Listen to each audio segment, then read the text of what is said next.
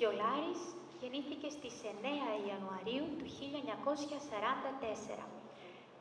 Κύπριος συνθέτης, ερμηνευτής, κατάγεται από την Αγία Βαρβάρα, ένα μικρό χωριό κοντά στη Λευκοσία. Έχει κάνει μουσικές σπουδές στο Εθνικό Οδείο της Λάρνακας και είναι επίσης απόφοιτος της Φιλοσοφικής Σχολής του Πανεπιστημίου Αθηνών. Η σχέση του με τη μουσική ξεκίνησε ουσιαστικά το 1965, γράφοντας δικά του τραγούδια όπως το «Ούλα Χαλάλιν σου», «Αρκής Τζιεπέθανα» και άλλα.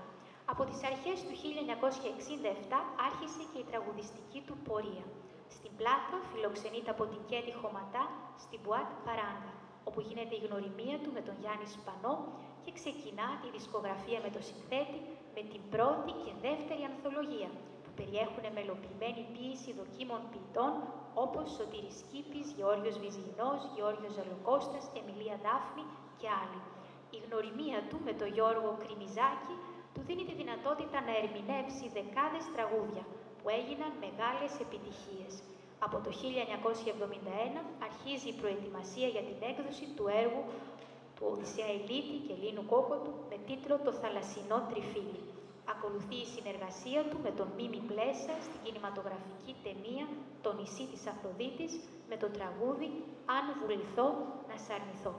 Παράλληλα, από το 1972 ξεκινά εμφανίσεις σε Αμερική, Καναδά, Αυστραλία, Αγγλία. Μία από τις πιο σημαντικές συναυλίες του ήταν αυτή στο Carnegie Hall της Νέας Υόρκης, η οποία πραγματοποιήθηκε το 1976 και τα έσοδά της προσφέρθηκαν στην Κύπρο μετά την εισβολή.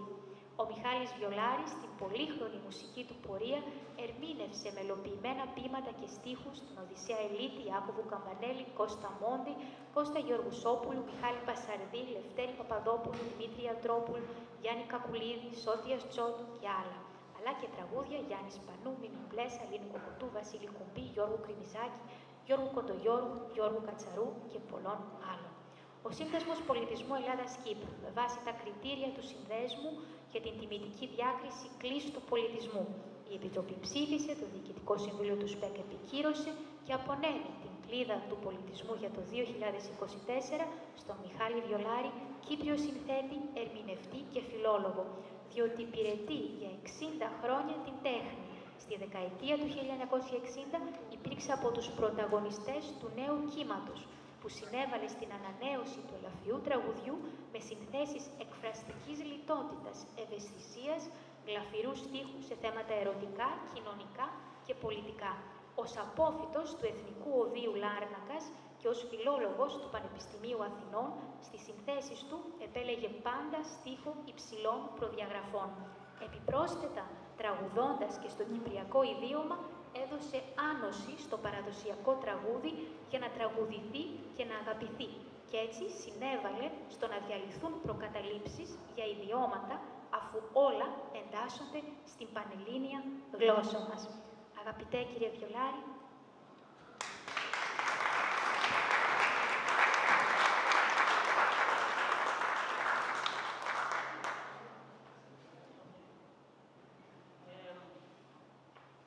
μάλλον Γιώργο και κυρίες και κύριοι, είναι καλύτερα να τραγουδάω παρά να μιλάω. Όμως, έφυγα από την Αγία Βαρβάρα, είπαμε πριν, μικρός πήγαμε Λάρνακα, μετά το 1962 ήρθα πρωτοετής φιλοσοφική, κυρία Ευθυμίου. Σας ακούω και σας βλέπω και στην τηλεόραση και θαυμάζω τις γλώσσες σας. Και ήρθα λοιπόν στη φιλοσοφική με το ένα πόδι στην ελληνική γλώσσα, που ήταν ας πούμε μέσα μου αυτό το πράγμα, και το δεύτερο πόδι στη μουσική. Και έρχομαι και αντί να πάω, βέβαια τελείωσα η φιλοσοφική, αλλά το μυαλό μου συνέχεια ήταν ένα πιάνο να έχουμε σε ένα διαμέρισμα στην Αθήνα. Το 1962 το πιάνο για ένα διαμέρισμα έκανε θόρυβο.